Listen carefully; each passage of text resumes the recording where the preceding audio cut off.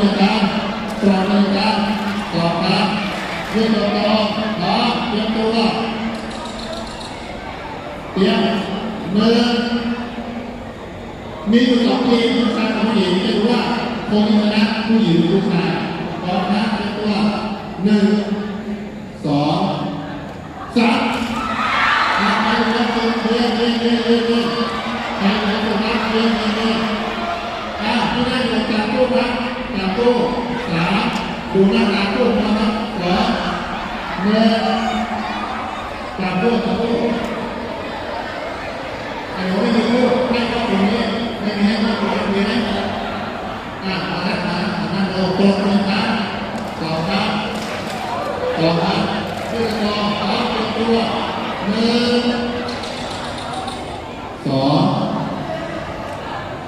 3ใครหัวเกิดเดินใค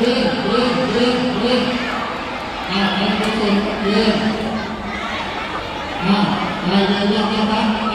จับคู่ละ2 รอบจับคู่ละ2 รอบจับคู่นะตรงเลยนะตรงเลยนะ